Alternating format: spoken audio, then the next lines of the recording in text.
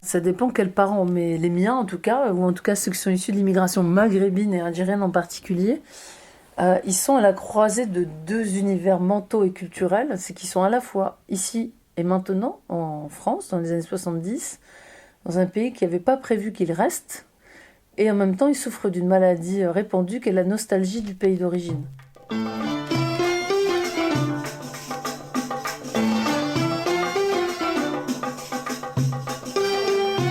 Traces, les musiques de l'exil.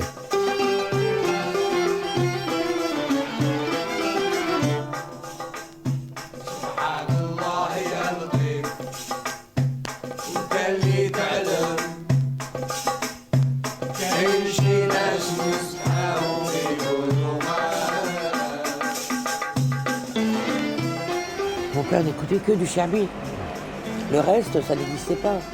Et peut-être un peu d'andalou, mais non, non, non, non.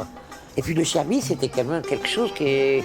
Même moi, qui comprends plus ou moins l'arabe, quand j'écoute du Cherbi, je ne comprends pas, parce que c'est... on va dire, c'est comme des proverbes, tu vois. C'est très imagé. Ça dit pas toujours ce que ça veut dire, quoi. Tu écoutes du Cherbi, toi, on a dû... Et papa, il arrivait, tu vois, parce qu'il avait cette... il arrivait à décrypter ces paroles-là. Lui, ça lui disait quelque chose. Et si tu écoutes vraiment ce que chantait, moi, je sais pas, le Hajj, moi, je suis grave, je comprends rien.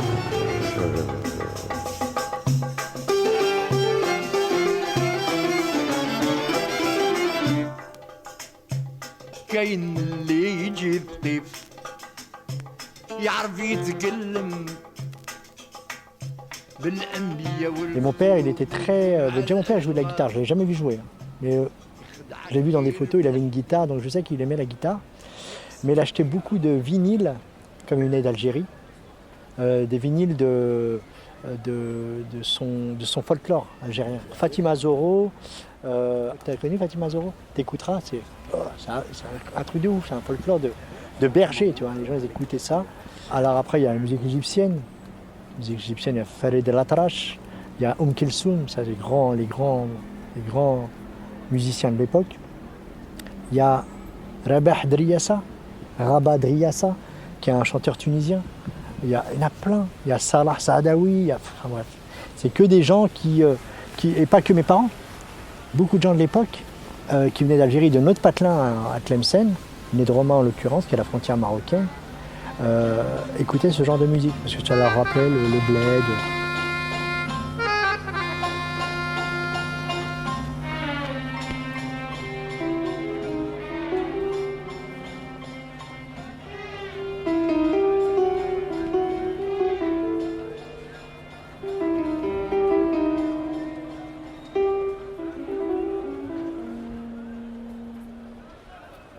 Pour la Chapelle, il y avait un studio qui produisait des disques. Alors je ne peux plus te dire les noms, tout ça, mais il y avait de la production à Porte de la Chapelle. Ils allaient les acheter. Donc moi, je me souviens très très bien qu'il y avait toujours plein de disques. C'était pas rangé, hein, c'était jeté un peu n'importe comment dans les tiroirs. Donc j'avais des disques que mon père il avait. On les écoutait à peine. Hein. Mon père nous les faisait écouter quand lui, mais nous on les écoutait pas. Pour nous, c'est la musique du bled, de nos parents. Tu vois. On vient de faire l'album Motivé en 97, très gros succès. On fait Zebda, Tomber la chemise, Sens ordinaire, double diamant, 1,5 million d'albums vendus, tournée des édits, c'est monstrueux, victoire de la musique, tout ce que tu veux et tout. On est déjà très engagé dans le quartier sur la décennie 90. Hein. On fait des festivals, on fait des actions. On sort de Motivé et tout de suite après, 2 ans après, on fait le premier festival Origine Contrôlée. On n'a pas fait un travail sur la musique algérienne, on a fait les chansons préférées de nos parents. C'est ce côté-là qui était vraiment intéressant, donc on s'en est emparé et on a appelé l'album Origine Contrôlée. D'ailleurs, c'est dans le prolongement direct du festival. Hein. L'artiste préféré, c'est Siman Azem, le chanteur kabyle, l'artiste qui racontait vraiment leur histoire, et puis même l'histoire politique de l'Algérie, l'histoire des gens ici. Puis il y avait beaucoup de poésie, le manque du pays, Dahman Harachi, bien sûr, le chabiste algérois, le Hasnaoui, voilà, une série d'artistes comme ça. Et donc, mais c'est important parce qu'en fait, c'est cette façon de dire, les musiques préfèrent nos parents. Pour nous, ça nous permettait d'abord de faire un travail sur nous-mêmes et en direction de nos compatriotes binationaux. C'était un moment de lutter un peu contre ces discours qu'évoquait Salah sur le côté silencieux des pères, le côté soumis. Quand quelqu'un venait me voir me dire « Ouais, mais nos parents, ils étaient soumis », ça me rendait fou, en fait. C'est pas parce que la société française était sourde qu'ils ne parlaient pas. Exactement. C'est plutôt le problème. C'est pour ça que le silence, des fois, ça me gonfle un peu. C'est pas parce qu'ils ont subi qu'ils étaient soumis. Tu vois, c'est pas parce qu'ils ont subi qu'ils ont soumis, c'est pas parce qu'on les entendait pas qu'ils disaient rien. Exactement. On peut être non instruit, très cultivé. Écoute, tous les artistes de l'immigration algérienne en particulier, c'est notre histoire. Il y a tout. Il y a les papiers, il y a le rapport au patron, il y a le rapport à l'administration. Il y a tout dans ces textes. Il y a l'amour, il y a le manque du pays. Il y a tout. Il y a tout. Donc tu peux dire que déjà notre père, quand il écoute Siman Azem qui parle des papiers, du manque du pays dans la voiture et tout, donc il est tout sauf dans le silence. Il écoute l'artiste qui lui dit « Ah putain, ça fait du bien ». Tu vois, ça, genre, il l'entend, tu vois. Donc ça, c'est quand même... il y avait une grosse production, mais c'est ça qui est fou aussi, c'est qu'ils ont même été dans l'autonomie, on en a Barbès en particulier. C'est que comme il n'y avait aucune fenêtre de diffusion dans le schéma industriel, musical, classique, qu'est-ce qu'ils ont fait? Eh bien, ils ont enregistré leur propre album, ils ont ouvert leur propre magasin, ils ont fait leur chaîne de distribution. À Barbès. À Barbès. Ouais. Et c'est là qu'ils ont créé, et donc ils ont pu arriver à faire des Olympiades. Vous avez connu ça, non?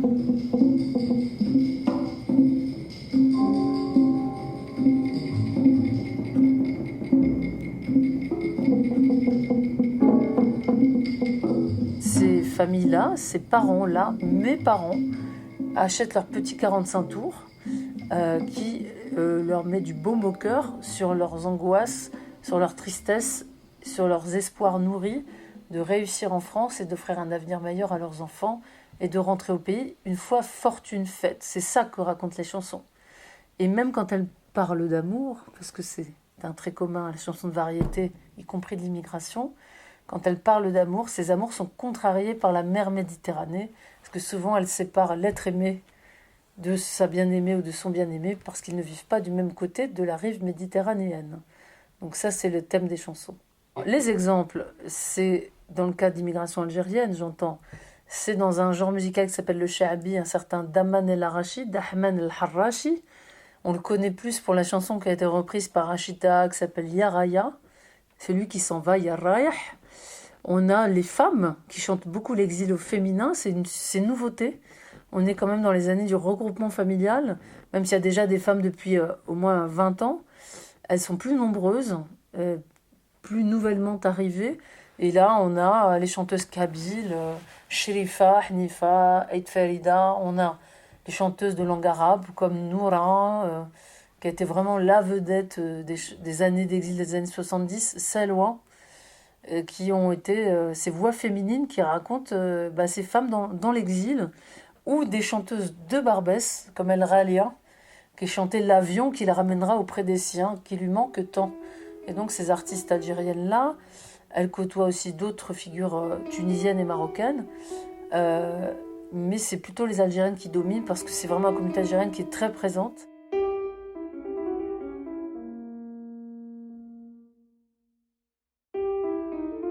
Les parents, ils restent dans une plus pure tradition de la douleur de l'exil, avec des Slimane Azem, des Salah Saadawi, qui vont être des figures de ce qu'on appelle les scopitones, les fameuses vidéos, les premiers vidéoclips qui mettent en scène les yéyés. On aura les mêmes pour les chanteurs de l'exil.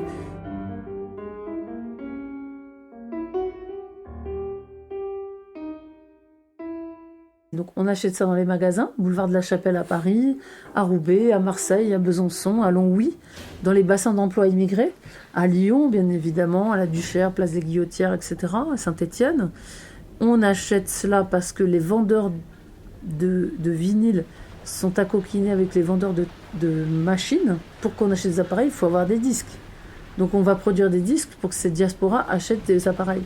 Et donc tout ça, c'est une réalité capitalistique qui va favoriser l'éclosion d'un répertoire d'Afrique du Nord dans la musique, en tout cas sur la scène française de la production musicale.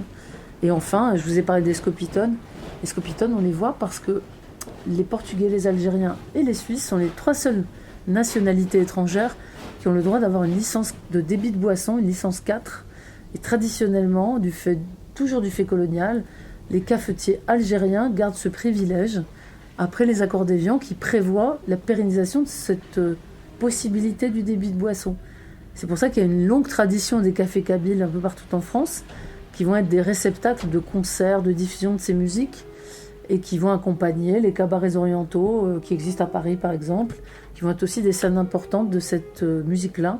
Il y a comme ça une vraie scène underground de la musique d'Afrique du Nord qui va ravir les diasporas dans les années 60, 70, jusque dans les années 80.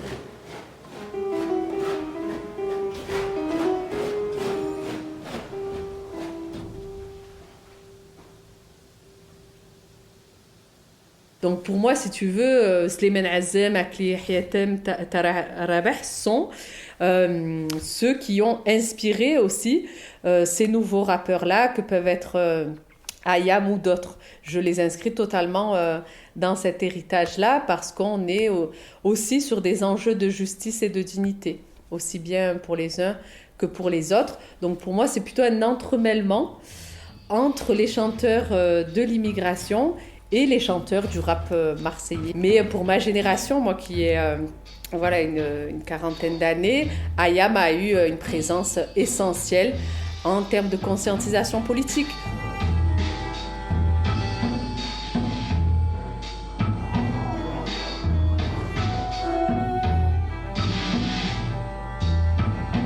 Trace.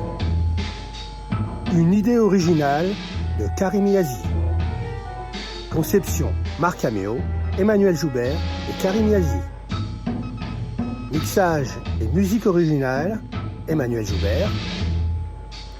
Avec la participation de chercheurs, d'historiens, artistes, sportifs, professionnels du champ social et culturel et habitants des quartiers populaires de Sevran, Aulnay-sous-Bois, Marseille, Toulouse, Valence et Vitry-sur-Seine. Une réalisation originale du Tigel Théâtre, en co-réalisation avec le service culturel de la ville de Sevran et de la microphonie de Sevran.